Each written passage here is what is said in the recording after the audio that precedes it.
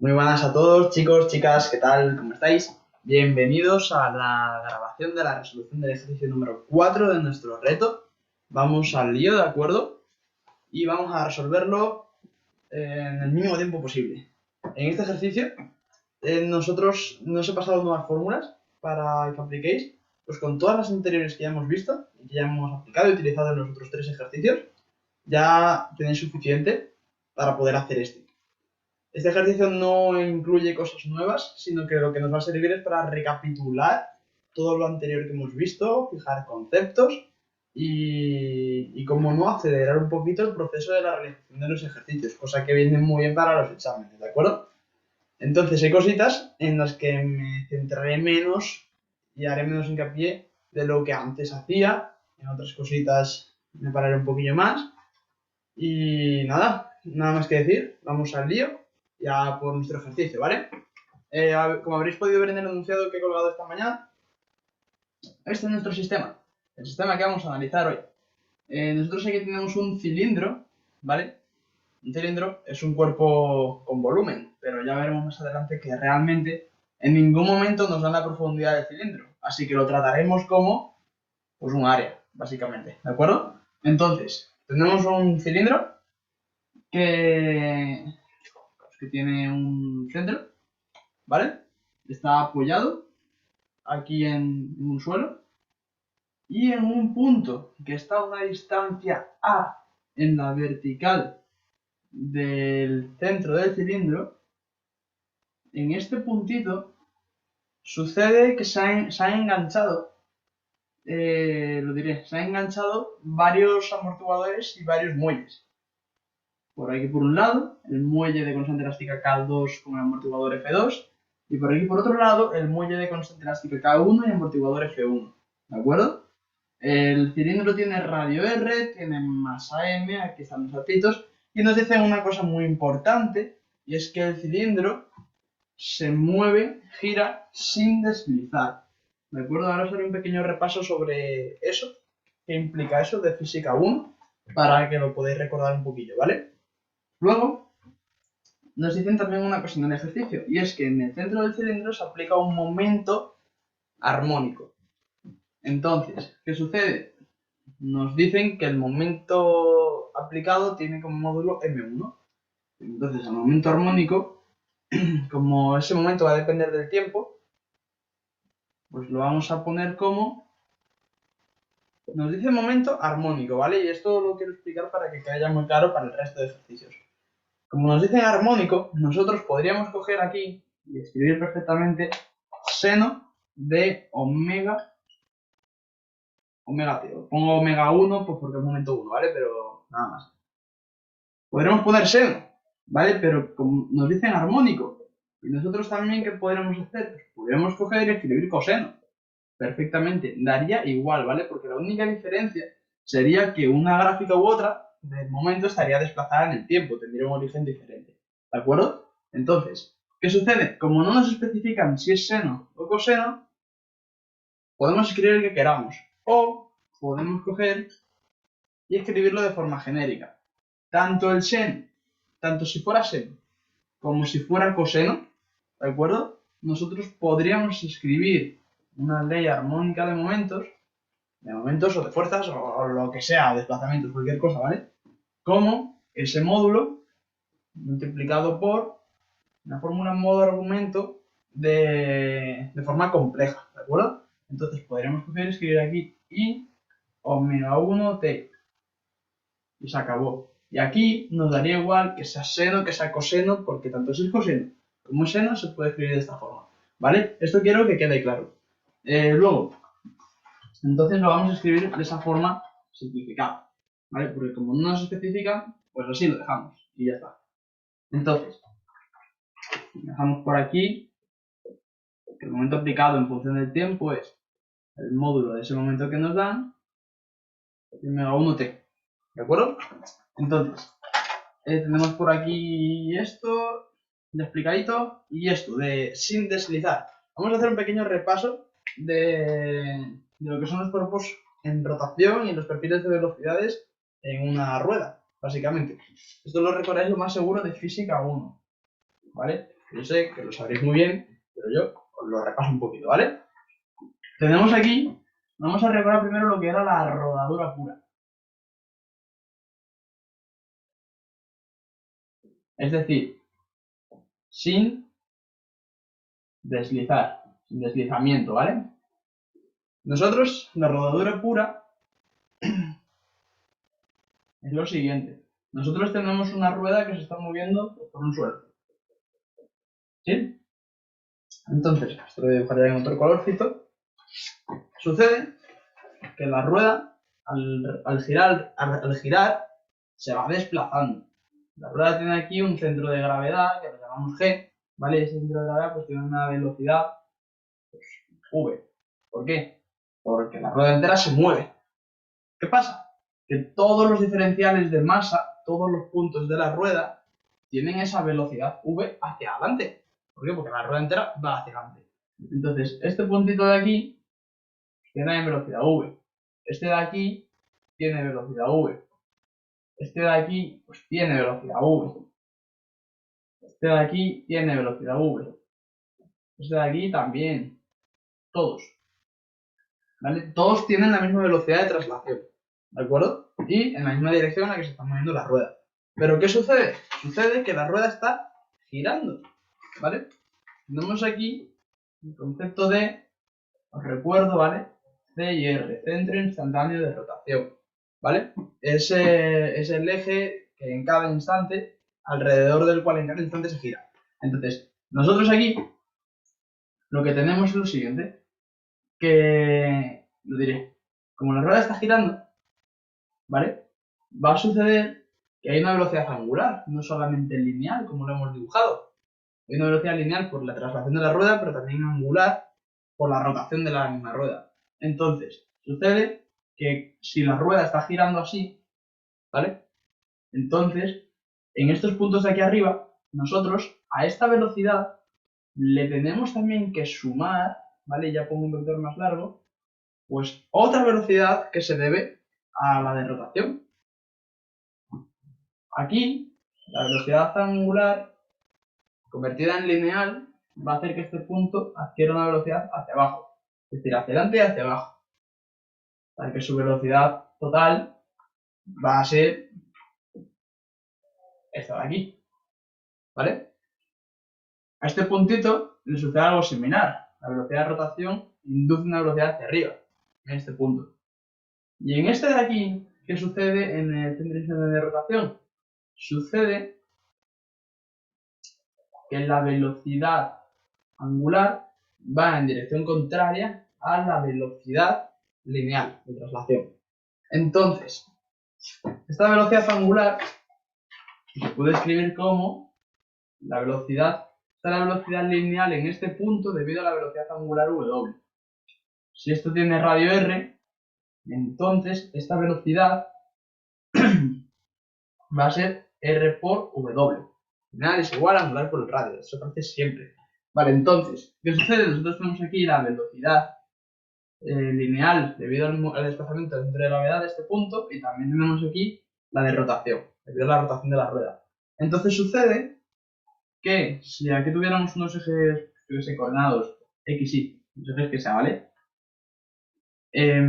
Nosotros podemos escribir en este punto de aquí abajo, en el centro instantáneo de rotación, podemos escribir esto de la siguiente forma.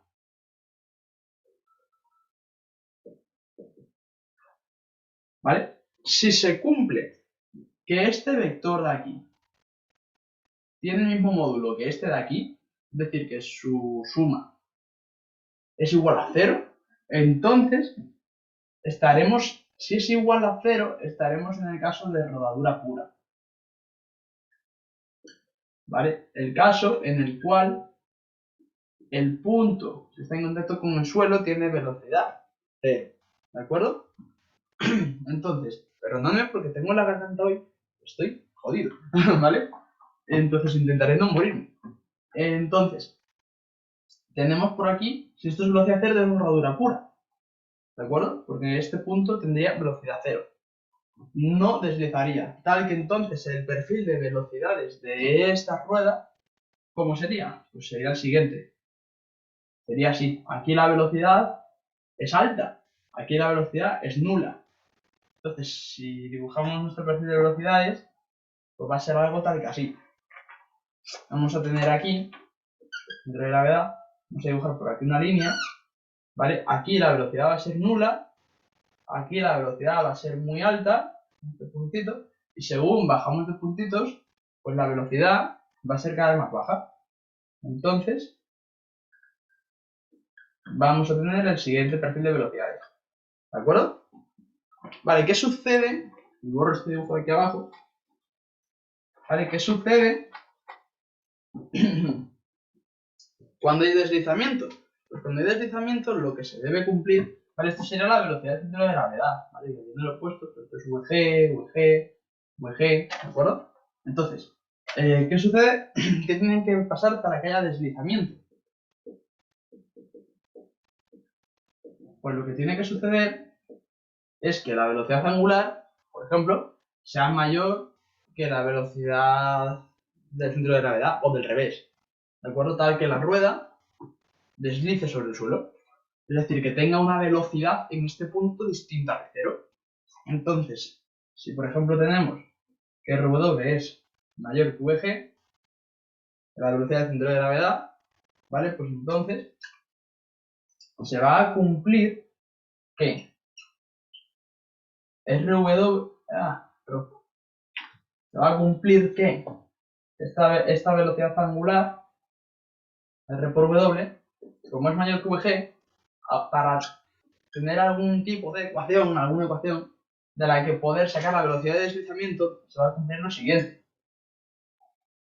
Que la velocidad de deslizamiento más la velocidad del centro de gravedad va a ser igual a la velocidad de rotación de la rueda. ¿De acuerdo? Si os fijáis en rodadura pura, esta velocidad de deslizamiento sería nula. ¿Qué pasa si, en el segundo caso que tenemos aquí, es que R por W sea menor que VG? ¿De acuerdo? En este caso tendríamos que RW debe ser igual a VG menos la velocidad de deslizamiento. ¿Vale? Entonces, en este caso de aquí, por ejemplo, nosotros tendríamos que RW debe ser mayor que VG. Entonces, el perfil de velocidades que tendríamos, ¿cómo sería? Pues si RW es un vector de módulo más grande que VG, pues el perfil de velocidades pasando por el centro de gravedad, buscamos otra vez esta línea en vertical, pues aquí la velocidad seguirá siendo positiva. Pero ¿qué sucede? Va a suceder que ahora, a nosotros pasar por aquí esta línea, la línea que antes dibujé para rodadura pura, venía por aquí, era una cosa así, en rodadura pura. Pero aquí ahora, esta línea de aquí va a cortar a este diámetro. Lo va a cortar y va a suceder que aquí vamos a tener velocidad hacia atrás. ¿Vale? En este caso de aquí. En este caso de aquí, pues tendríamos velocidad hacia adelante. Es decir, esta línea de aquí se desplazaría más para acá. ¿Vale? Tendríamos por aquí velocidad hacia adelante. ¿Vale? Entonces, espero que esto haya quedado claro, que os haya servido como repaso de Física 1. Y ahora, con esto clarito, sabiendo qué es eso de no deslizamiento, ¿vale? Porque es algo importante, nos dicen, vamos a resolver el problema. No me parece interesante de contar y de recordar, que nunca está de más. Entonces, vamos a ver. Nuestro ejercicio. Nos dicen sin deslizar. Pues si nos dicen eso, lo que tenemos que tener claro en resumen es que se debe cumplir una condición, es decir, una ligadura, ¿vale? Una condición, ligadura, pues es una ecuación, al fin y al cabo. ¿Y qué es lo que se debe cumplir? Pues se debe cumplir lo que os escribiré a continuación. Se debe cumplir que, antes os voy a definir unas variables, antes de escribir la ecuación, para que nos entendamos, ¿vale? Vamos a suponer, este sistema va a vibrar, se va a desplazar de esta posición de equilibrio en la que está. Y vamos a suponer que se mueve, pues yo que sé, hacia la derecha del cilindro, ¿vale? Y por aquí quedaría el punto de aquí arriba, por aquí el centro, y por aquí tendríamos, este sería el CIR antiguo, este sería el CIR antiguo, el CIR nuevo, desplazado. ¿vale? Entonces, aquí vamos a considerar, fijaros, 2 grados de libertad, ¿vale? El primero va a ser un grado de libertad al que vamos a llamar X, que va a representar el desplazamiento de todo el cilindro, es decir, de su centro de gravedad. Luego, vamos a considerar lo que viene a ser la propia rotación del cilindro.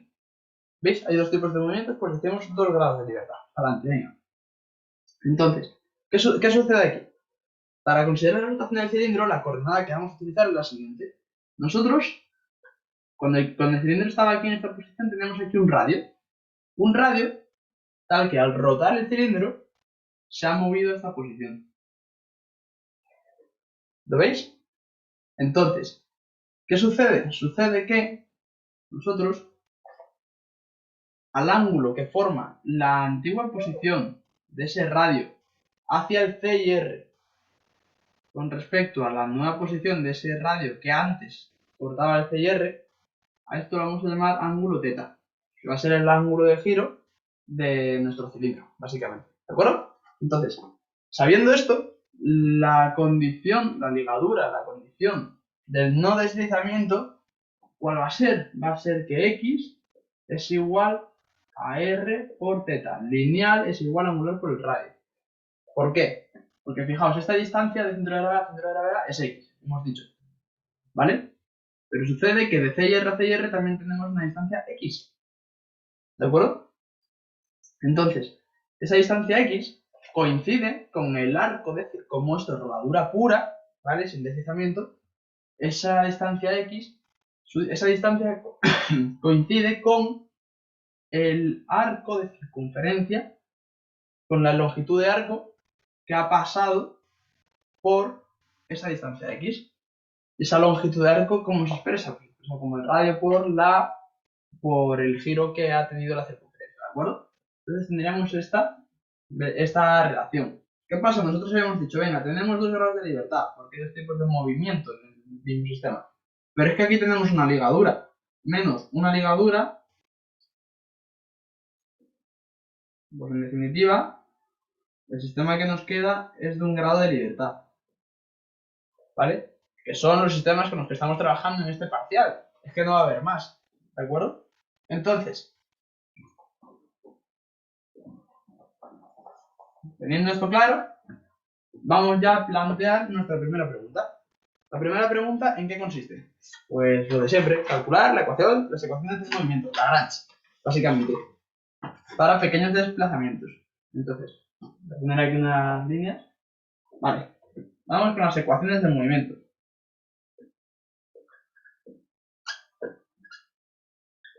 Vale, al lío.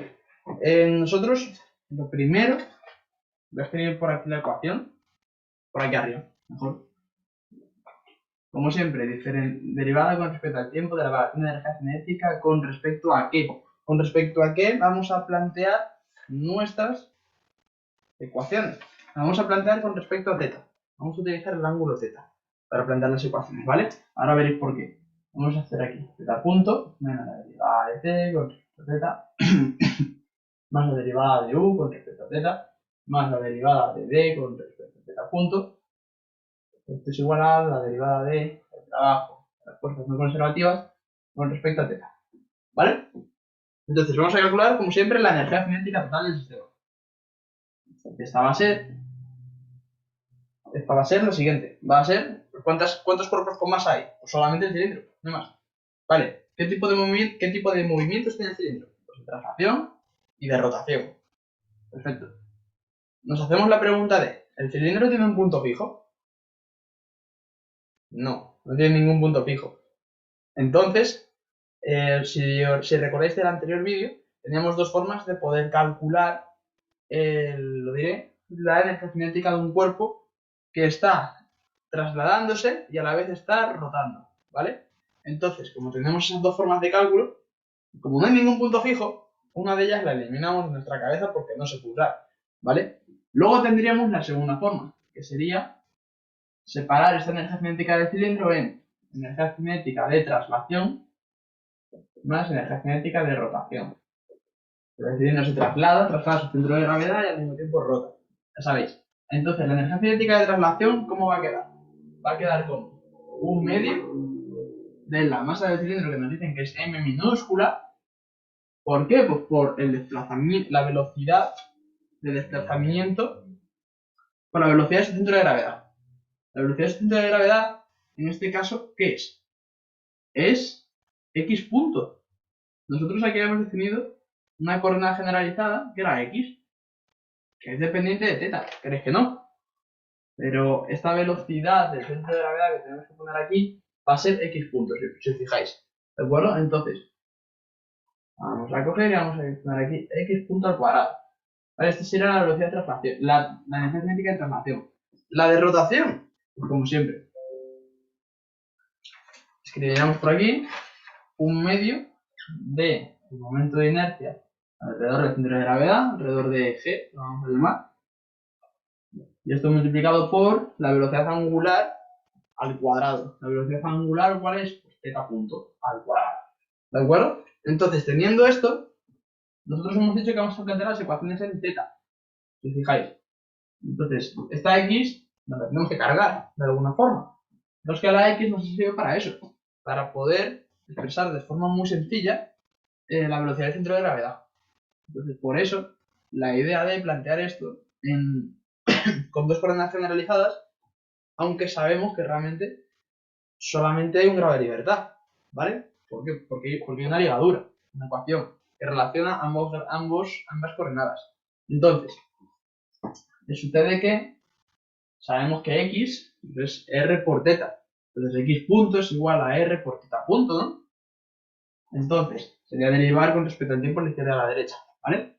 Entonces, esto sería r al cuadrado, θ punto al cuadrado. Esto más un medio de el momento de inercia del centro de rotación, el momento de inercia del centro de gravedad, perdón, y eso. Entonces, ¿qué nos faltaría aquí? Pues nos faltaría saber el momento de inercia alrededor del centro de gravedad. El momento de inercia alrededor del centro de gravedad lo calculamos como siempre, ¿vale? Integrando. Va a ser la integral de volumen de la distancia al cuadrado desde el centro de gravedad, de la distancia r minúscula al cuadrado a cualquiera de sus puntos, y esto por el diferencial de masa. ¿De acuerdo? Pero nada.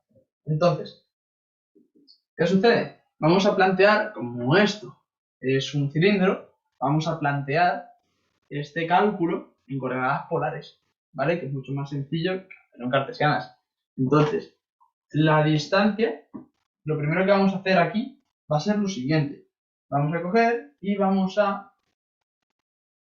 como tenemos que hacer el integral de volumen, vamos a sustituir el diferencial de masa por la densidad por diferencial de volumen. ¿Vale? Una densidad. Donde esa densidad, ¿qué es? La densidad es la masa del cilindro. ¿Partido de qué? Pues partido del volumen que tenga el cilindro. ¿Sí? Entonces, vamos a sustituir eso ahí. En el volumen, y escribimos aquí masa partido de volumen diferencial de volumen. ¿Vale? Pero ahora es cuando uno llega aquí, inteligente uno, se da cuenta de que, coño, pero ¿cómo calculas el volumen de este cilindro? Si no te dan la profundidad del cilindro.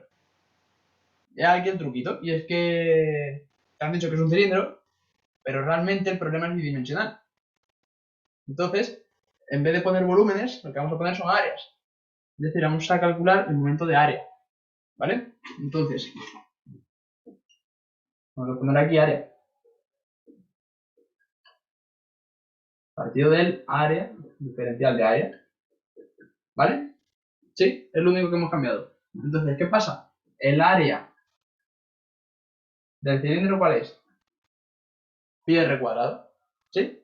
Entonces, tendremos por aquí que esto va a ser pi r cuadrado. Y además, ya vamos a coger y sustituir este diferencial de área. Este diferencial de área en coordenadas polares, si recordáis bien, ¿vale? Pondríamos aquí diferencial de θ y diferencial de r. Pero al diferencial de θ hay que ponerle unidades.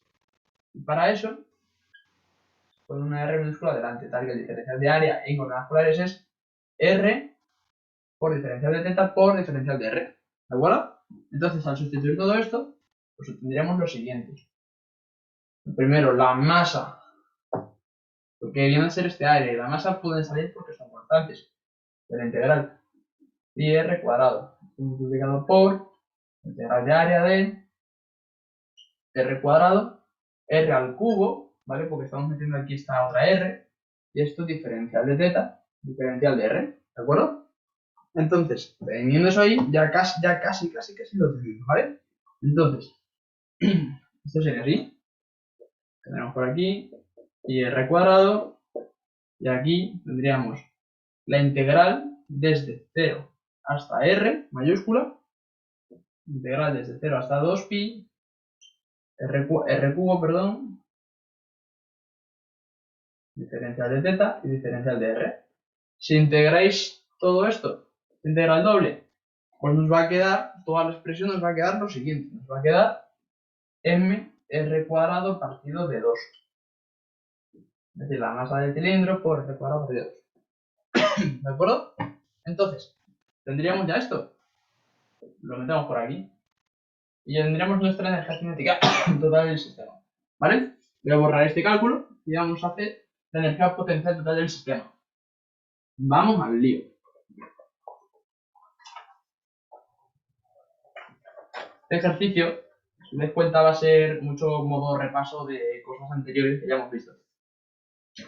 Entonces, pero con algunos otros detallitos nuevos. Así que atención, ¿vale? Entonces, tenemos esto por aquí. Vale, la energía potencial del sistema, ¿cuál va a ser? Pues la que aportan los muelles, básicamente.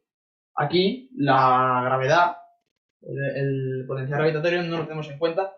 Uno, no nos dicen nada. Y dos, aunque nos lo dijeran, el potencial gravitatorio solamente, lo diré, tiene efectos sobre la posición de equilibrio del sistema. La posición de equilibrio del sistema, ¿cuál es? Pues que el cilindro está apoyado. ¿Vale? No es más. Es decir, realmente la gravedad, si os dais cuenta aquí, no afecta en nada al movimiento del sistema. Entonces, tendríamos por aquí pues, la energía potencial del muelle 1 y del muelle 2. ¿Vale? Entonces, ¿esto por qué va a ser? Esto va a ser un medio de la constante elástica del muelle 1 por... Aquí vamos a utilizar la letrita delta para simbolizar el alargamiento del muelle. Es decir, el incremento en desplazamiento que tiene el muelle 1. ¿Vale? Y aquí esto sumado a un medio de K2 delta 2 al cuadrado. ¿De acuerdo? Igual con el muelle 2. Entonces, ahora vamos a calcular esa delta 1 y esa delta 2. Aquí, en este ejercicio lo complicado es la geometría. ¿Vale? Esa es la complicación del ejercicio. Yo os voy a decir una cosa, ¿vale? Ya lo habéis visto un poquito en el cálculo de energía cinética, que había que calcular el momento de inercia de un cilindro. ¿Vale? Por eso hay que tener muy claras esas cositas cómo se hacen. Porque te pueden poner la geometría que quieras. Y tienes que saber hacerlo o ocurrírsete cómo hacerlo. Entonces, asunto. Os voy a decir algo, ¿vale? Por muy complicada que pongan la geometría, esto siempre se hace igual. Si eso siempre se hace igual, es imprescindible y muy importante que siempre intentéis calcular, aseguraos de que habéis calculado bien las energías cinética, potencial y disipación viscosa. ¿Vale? Entonces, aquí lo complica la geometría, entonces hay que pensarse bien las cosas que vamos a poner. Porque si la liamos aquí, la liamos en el resto del ejercicio. ¿Vale? Entonces, tenemos aquí delta 1 y delta 2. Lo primero. Si nos fijamos en una cosa, dado que estos son pequeños desplazamientos, ahora será un dibujito, este punto de aquí, este punto A, prácticamente solamente va a tener, aunque la rueda gire, solamente va a tener desplazamiento según según la línea horizontal, ¿de acuerdo? No según la línea vertical. O sea, va a ser prácticamente nulo según la línea vertical. Entonces, bueno, ¿qué sucede? Sucede que si este puntito de aquí se desplaza aquí, pues este muelle se va a cortar. Y este de aquí se va a alargar. Pero es que lo que se acorte este es lo que se alarga este. Y si pasara del revés, sería lo contrario. Lo que se alarga este es lo que se acorta este. Entonces, ¿qué deducimos con esto? Pues con esto deducimos que el módulo de delta 1 es igual al módulo de delta 2. O sea, serán diferentes en signo, pero serán iguales. Y eso lo vamos a llamar delta. ¿Vale? Entonces, sabiendo esto, podemos decir que el potencial gravitatorio se puede escribir como un medio de delta al cuadrado por K1 más K2. ¿Os fijáis? ¿Vale? Entonces, teniendo esto, ahora esto consiste en calcular delta. ¿Cuánto vale ese delta? Vamos al lío. Para esto hay que hacerse un dibujito aparte, para verlo mucho más fácilmente. Vamos a imaginarnos, ¿de acuerdo? Que nosotros cogemos este punto, el punto G, lo dibujamos por aquí. Vamos a imaginarnos que le ponemos un sistema de referencia ligado al punto G. X' y'. Es decir, es un sistema que se traslada al centro de gravedad. Entonces, ¿qué va a suceder aquí? Pues aquí va a suceder que en la posición inicial, este puntito de aquí va a ser el punto de aquí arriba. ¿De acuerdo? Y esta distancia de aquí pues va a ser ¿qué? Distancia A. ¿Sí? Entonces, va a suceder aquí que según gire el cilindro, pues A va a trazar una trayectoria ¿qué? Circular, ¿no? Entonces A pues, se va a venir por aquí, podríamos decir. Y ponemos esto aquí. ¿Vale? Entonces esta distancia de aquí pues seguiría siendo un radio A, ¿verdad? Entonces, nos vamos a dar cuenta de algo, ¿vale? Y es que si nosotros aquí, en este dibujito, ¿lo veis?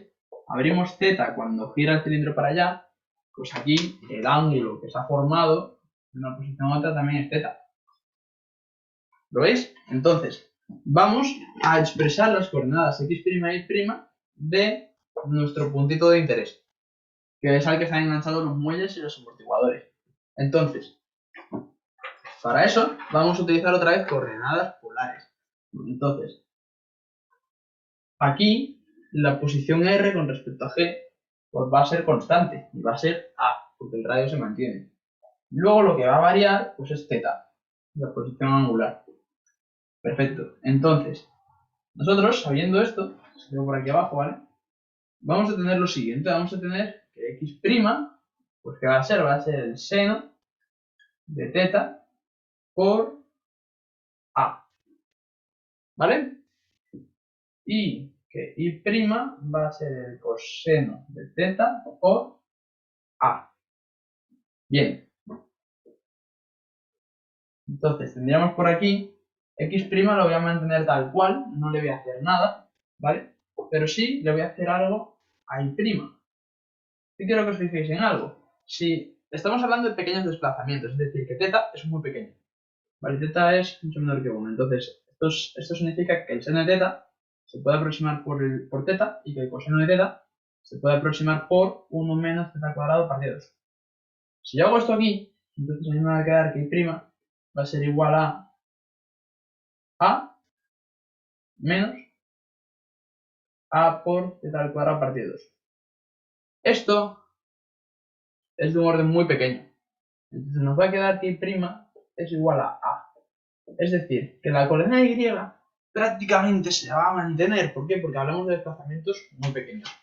Entonces, vamos con la que nos interesa, que es la X, porque es la que nos va a dar el alargamiento de los muelles, ¿vale? Entonces, esta X, aquí tendríamos X'. Vale, X', ¿qué sucede? X' sería esta distancia desde el centro de gravedad. Pero ¿qué sucede? Nosotros tenemos que calcular el alargamiento pues desde la posición que nos dan inicialmente. Entonces, ¿qué pasa? El centro de gravedad se ha movido X. Y luego, con respecto al centro de gravedad, este puntito ahora está aquí. Y nos hemos desplazado X'. ¿Lo veis? Entonces, el total que sea comprimido este muelle, es decir, delta, ¿vale? Va a ser ¿qué? Va a ser X, el desplazamiento del centro de gravedad, más que, más esta X', más seno de θ por A. Vale. ¿X cuánto era? R por θ, ¿verdad?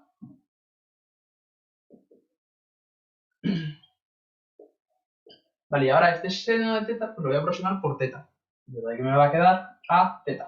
Entonces delta ¿cuánto va a ser? Va a ser θ por R más A. Vale, fijaos que esta era una de las grandes complicaciones del problema. Esto era verlo. O sea, fijarte en qué hace el problema, verlo muy detenidamente, con mucha calma, con mucho amor, y ver cómo se está moviendo eso. Para poder obtener esto. Porque si no, a la mierda. ¿De acuerdo? Entre nosotros. Entonces, ¿qué sucede aquí? Ya la energía potencial, pues sería z cuadrado, más a al cuadrado, aquí K1 más K2. Ya tendríamos nuestra energía potencial. ¿Vale? Entonces, espero que esto haya quedado claro. Me quiero detener en ello porque tiene su tela. Vale, luego tenemos aquí la energía de disipación viscosa. Que esta va a ser el primer amortiguador, un medio de F1. Fijaos, voy a poner delta 1 punto al cuadrado, más un medio de F2 delta 2 punto al cuadrado. Va a suceder aquí también que delta 1 punto en valor absoluto va a ser igual a delta punto en valor absoluto va a ser igual a delta punto. ¿Vale? Entonces, esto de aquí, saliendo esto de aquí, pues nos va a quedar un medio de F1 más F2 por delta punto al cuadrado. Y delta punto, pues sería coger la expresión que nos ha salido antes de delta, que si no me equivoco era esto de aquí, ¿vale? Y la derivamos y sustituimos. Nos va a quedar por aquí un medio de F1 más F2 por R más A al cuadrado por z punto al cuadrado. ¿Vale? Esa sería nuestra D. Entonces, teniendo todas las energías calculadas, ahora ya pues las metemos en la ecuación de Lagrange. Metemos en la ecuación de Lagrange y para adelante, a correr. ¿Vale? Antes de eso nos falta, es cierto, que no se me pase, nos falta calcular el trabajo de las fuerzas no conservativas. El trabajo de las fuerzas no conservativas, ¿cómo se calcula? Pues aquí, la única fuerza externa o aplicada, y ojo, que no solamente tienen que ser fuerzas, también pueden ser momentos externos aplicados. Pues aquí tenemos un momento externo aplicado, ¿de acuerdo? Que es M1T, del que hablamos antes. Entonces, esta expresión lo que nos dice es que esto es la fuerza por el desplazamiento. Vale, ¿qué sucede? Sucede que la distancia recorrida, en este caso, perdón, esto es para fuerzas, pero para momentos lo que se cumple es algo muy similar, es que esto es el momento por el ángulo recorrido, que os lo pongo pues así,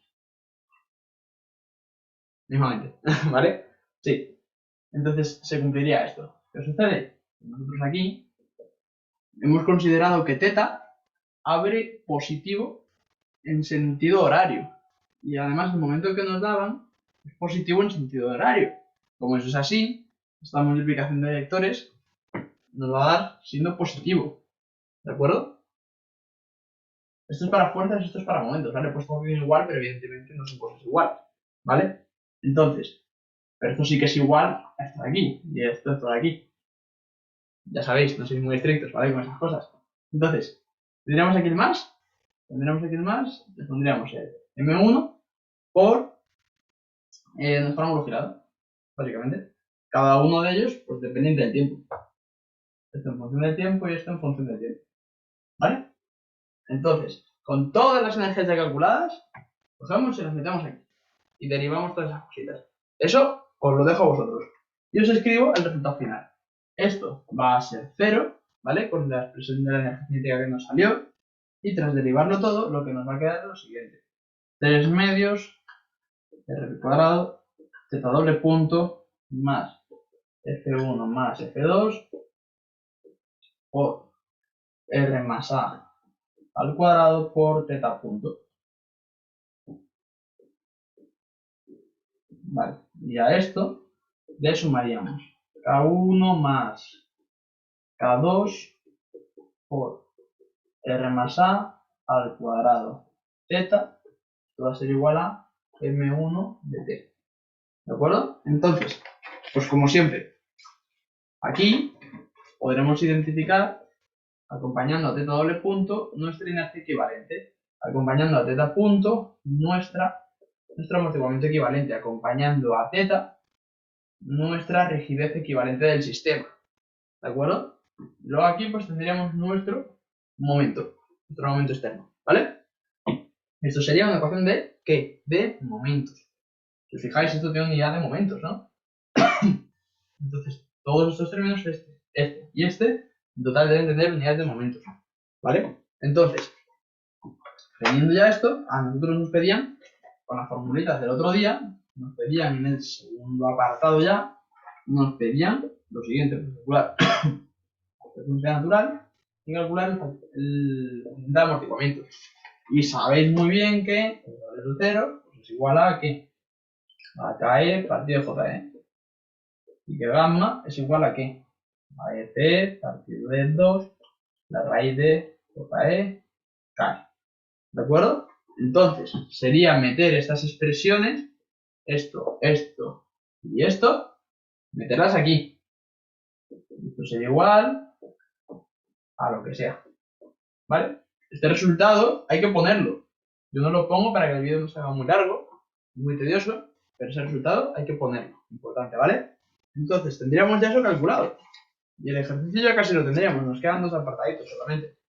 Vale, tendríamos por aquí ahora la siguiente pregunta. Nos piden calcular teta en función del tiempo.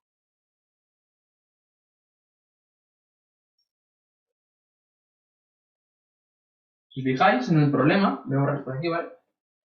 En el problema no nos dan condiciones iniciales. Como no nos dan condiciones iniciales, pues nosotros no las vamos a suponer. Sino que lo que vamos a entender es que, vale, pues si no hay condiciones iniciales, pues entonces lo único que quieren es que la respuesta particular. Es que además nos dicen que quieren la respuesta teta en función del tiempo cuando aplicamos este momento. Ese momento es una fuerza externa que está forzando una respuesta. ¿Qué significa eso? Respuesta forzada. Es igual es la particular, ¿de acuerdo? Entonces esa es la única que realmente nos piden calcular en este problema. Si no, nos tendrían que dar condiciones iniciales, ¿vale? Entonces, para el apartado 3, que nos piden teta en función del tiempo, pues vamos a decir, esto sería normalmente nuestra teta particular más la teta homogénea respecto al tiempo, pero esto, como no sale de ello, 0. Entonces solamente calculamos la debida a la carga externa, M1, ¿de acuerdo? Entonces, vamos a ver. Esto es recordar pues, cómo se hace, ya lo hemos hecho en el vídeo anterior, en el anterior de ese creo, pero una tercera vez nunca viene de más, ¿de acuerdo? Entonces, vamos al lío. Voy a borrar por aquí, ya lo tendréis apuntadito, para conseguir un poquito de espacio, ¿vale? Entonces, veamos. Nuestra solución particular, ¿cómo la calculamos? De la siguiente forma, nos dicen que nuestro momento aplicado, ¿vale? Aquí le pongo una A de amplitud, es la amplitud del momento, ¿vale? Va a ser igual a esto, ¿vale?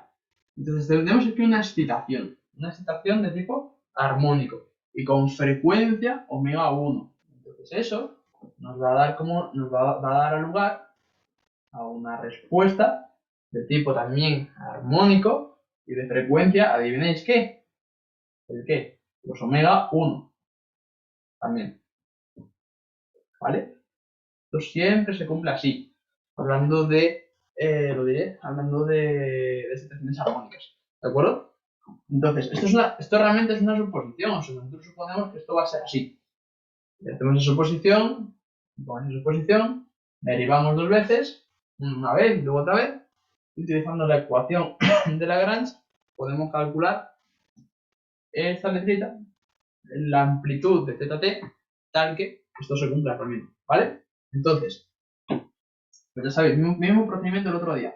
Derivamos z punto. Esto sería za por i, omega 1 por elevado a i, omega 1 t. Tenemos aquí z doble punto. Sería menos teta A, omega 1 al cuadrado y omega 1t, ¿vale? Entonces, metiendo estas tres expresiones de aquí, metiéndolas en la ecuación de Lagrange, vamos a obtener lo siguiente. Vamos a obtener, si cogemos y lo metemos por aquí, lo escribo, ya sabéis, de la forma abreviada.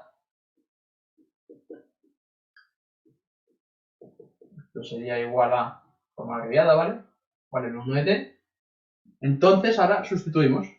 Y tendríamos lo siguiente. Tendríamos que esto va a ser menos j, teta, je, teta UA, omega 1 al cuadrado, y omega 1t, más f por teta UA y omega 1 elevado a i omega 1t, más, lo tendríamos k sub e por la equivalente del sistema, ¿vale?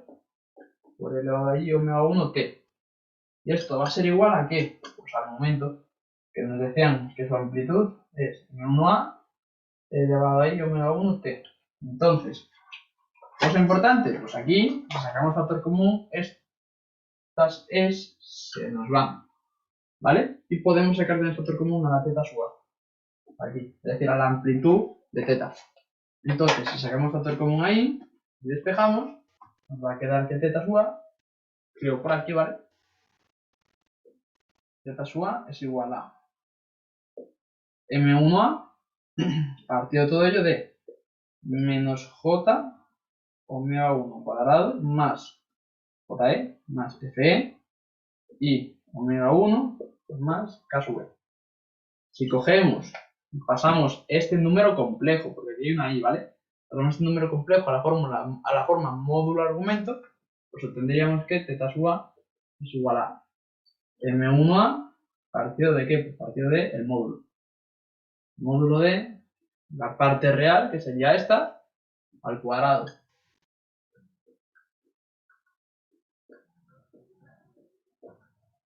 Más la parte imaginaria, que es la que acompaña la i, pues también al cuadrado, ¿vale? Y este número complejo, pues multiplicado por su argumento, que sería e elevado a i. Y vamos a llamar a esto, no, lo vamos a llamar phi, ¿vale? Donde phi, ¿qué va a ser? Phi va a ser la parte imaginaria, o sea, la tangente de phi va a ser la parte imaginaria entre la parte real. Entonces, pues phi va a ser la arcotangente de la parte imaginaria, que sería f omega 1, partido de la parte real. ¿Vale? Chicos, yo aquí no lo escribo para que no se haga esto muy largo, pero en el examen, ¿de acuerdo? Es muy importante. Yo aquí he escrito todo esto en función de la rigidez equivalente, la inercia equivalente y el amortiguamiento equivalente, ¿vale? Pero es muy importante que en el examen las expresiones correspondientes a cada una de estas tres cositas las sustituyáis aquí y pongáis la respuesta en función de datos conocidos, ¿de acuerdo? Porque yo he puesto esto aquí, pero si os da tiempo, hacedlo, ¿vale? Por favor. Si no, pues dejadlo así. Y os lo contarán, lo más seguro os cuenten igual, no la total puntuación, lo más seguro, pero estará bien si lo dejáis bien indicado siempre, ¿vale? Luego, veamos. Entonces, teniendo todo esto, ya tenemos teta sub a, ¿vale? Entonces, lo que nos pedían, que era teta de t, en función del tiempo, pues sustituir aquí teta sub a, ¿vale? Sustituimos teta sub a y bueno, y añadimos eso de ahí, ¿sí? Entonces, tendremos por aquí que esto va a ser m1a partido de la raíz con esa cosa de aquí abajo. Y este término de aquí que está abajo de la raíz, abajo de la fracción, lo subo arriba con exponente negativo. Entonces me va a quedar ei phi. Y esto multiplicado por este término de aquí. Ei omega 1 t. ¿Vale? Y aquí pues meteríamos esto de aquí. ¿Vale? Entonces, ¿Qué sucede? Que esto de aquí no se puede operar. Se puede operar y nos va a quedar e elevado a i, omega 1t, menos phi. Ahí he escrito e elevado a i phi, pero sería e elevado a menos i phi, ¿vale? Porque lo he subido del denominador. Entonces, tendríamos eso por aquí, y esto de aquí sería nuestra solución, ¿vale? Recuerda una cosa importante, y es que si a nosotros nos hubieran dicho que, recuerdo que lo dije al principio de la clase, si esto hubiera sido un seno, nos hubieran especificado como tal que es un seno, entonces esto sería seno, ¿vale? Y esto de aquí sería seno. ¿Sería seno de qué? Sería seno de el seno de omega 1t menos phi, ¿vale? ¿De acuerdo? En el caso de que nos lo especifiquen. ¿Que nos pongan aquí un coseno? Pues sería coseno en esos dos sitios, ¿vale? Bien, entonces, tenemos eso por aquí y ya nos vamos al último apartado. Bueno, es cierto también que nos pedían que dejáramos la solución z de t en función de qué, en función de omega sub 0 y gamma, que los cuales habíamos calculado en el apartado 2. Eso lo hice en el ejercicio anterior. Os lo dejo a vosotros de deberes. Si tenéis cualquier duda, ya sabéis, me decís, ¿vale? Cualquier cosilla la vemos. Vale, perfecto. Y ahora vamos ya con el último apartado. Vamos a ver. Apartado 4, fuerza transmitida. Esto lo vimos el otro día, en el ejercicio 3, y esto de hoy nos va a servir para repasar. Porque vais a ver que la fuerza transmitida de hoy va a ser un tanto diferente a la de siempre, que es la que suele aparecer. Entonces vamos a tener por aquí, vale, apartado 4, fuerza transmitida. La fuerza transmitida, la estructura superior es la que nos piden. La estructura superior pues es esta de aquí, ¿vale? A la que están enganchados los muelles y los amortiguadores. Entonces, nosotros tendríamos por aquí que básicamente hacer lo mismo del otro día. Nuestra fuerza transmitida en función del tiempo, ¿vale? Porque es un sistema dinámico que está oscilando. Nuestra fuerza transmitida, ¿por qué va a ser transmitida? Pues va a ser transmitida por los muelles, recordamos, y amortiguadores que están enganchados a la pared. Es decir, este muelle de aquí transmite una fuerza a la pared. Este amortiguador transmite una fuerza a la pared. Y este muelle igual. Y este amortiguador igual a esta pared. ¿De acuerdo? Es decir, a todo lo que viene a ser, lo diré, lo que viene a ser la estructura superior, la llama. ¿De acuerdo? Que sería pues este techo con paredes, básicamente. ¿Sí? Entonces, ¿qué sucede? Pues sucede aquí que ¿cuál es la fuerza que aparece en los muelles? ¿Cuál es la fuerza que transmiten los muelles? Pues es, el muelle 1 pues, transmite la siguiente fuerza. Cada uno por su alargamiento. Recuerda que su alargamiento era delta. Lo habíamos llamado antes, ¿vale? ¿Cuál es la fuerza que transmite el muelle 2? K2 por delta. ¿Correcto? Vale, ¿cuál es la fuerza que transmite lo diré, el amortiguador 1? Pues transmite F1 por delta punto. Y el amortiguador 2, F2 por delta punto. Vale, cosita curiosa. Y es que, si os fijáis, he puesto máses en todo. Esto es positivo, positivo, positivo y positivo. ¿Vale? Se pone, en la fuerza transmitida siempre se pone todo positivo.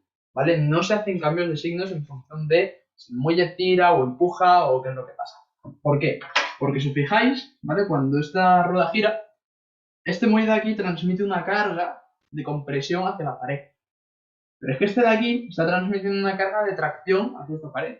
Y que eso es una fuerza transmitida. ¿Vale? Ya sea de compresión o de tracción, está transmitiendo fuerza de alguna forma. ¿Vale? Entonces, por ese motivo, se suman todas. Porque todos los muelles y amortiguadores que están en contacto con la estructura le hacen algo a la estructura. ¿De acuerdo? Entonces, ni se os ocurra poner por ahí un menos. En función de si se está alargando, si está empujando o está tirando de la pared. ¿Vale? Siempre se suma todo. Todas las contribuciones. ¿Vale? Entonces, si sacamos aquí un poquito de factor común, esto nos va a quedar K1 más K2 multiplicado por delta más P1 más P2 multiplicado por delta punto. Vale, delta era, ¿de acuerdo? Escribo por aquí, z por r más a. ¿Vale? Eso es delta. Entonces, sustituyendo por aquí, vamos a obtener lo siguiente. ¿Vale? Vamos también a tener en cuenta lo que ya habíamos calculado antes. Y es que aquí nosotros lo que tenemos es que delta, pues delta es función del tiempo. Cuando lo hemos puesto, delta es función del tiempo, ¿vale? ¿Por qué? Porque θ es función del tiempo. θ en función del tiempo lo hemos calculado en el apartado 3. Si os fijáis, siempre estos ejercicios van uno debajo del otro. Van concatenados. Entonces, ¿qué sucede? Sucede que delta en función del tiempo, pues ¿qué es? Pues es lo siguiente. El resultado al que tendríais que haber llegado, ¿vale? Que os dije, os lo dejo, pero bueno, yo lo quiero. Era el siguiente. 1a partido de k equivalente partido de la raíz de 1 menos omega 1 partido de 0, esto al cuadrado. Si os fijáis, normalmente la raíz de abajo suele ser casi siempre igual, ¿vale? Pero os recomiendo hacerla por si acaso de repente no es igual. Entonces, esto es lo que tendréis que haber obtenido en el apartado anterior. De 1t menos phi. ¿Vale? Donde phi era la arcotangente de lo que estudiamos antes. ¿Vale? Entonces, ¿qué sucede? Sucede que esto viene aquí. ¿Vale? Y repercute aquí. A esto de aquí lo vamos a llamar z sub a. Vamos a simplificar así, como la amplitud de z, básicamente. Entonces voy a borrar esto de aquí para escribir eso. Esto va a ser igual a delta va a ser z sub a por r más a. Z sub a es una constante, ¿vale? Vamos a esto elevado a ¿qué? Pues elevado a lo que teníamos antes. Será esto de aquí. ¿De acuerdo? Entonces, tendríamos por aquí que hacer lo siguiente. Tendríamos que coger y sustituir todo esto, pero todo esto, por aquí. ¿Vale? Entonces llegaremos a esto de aquí.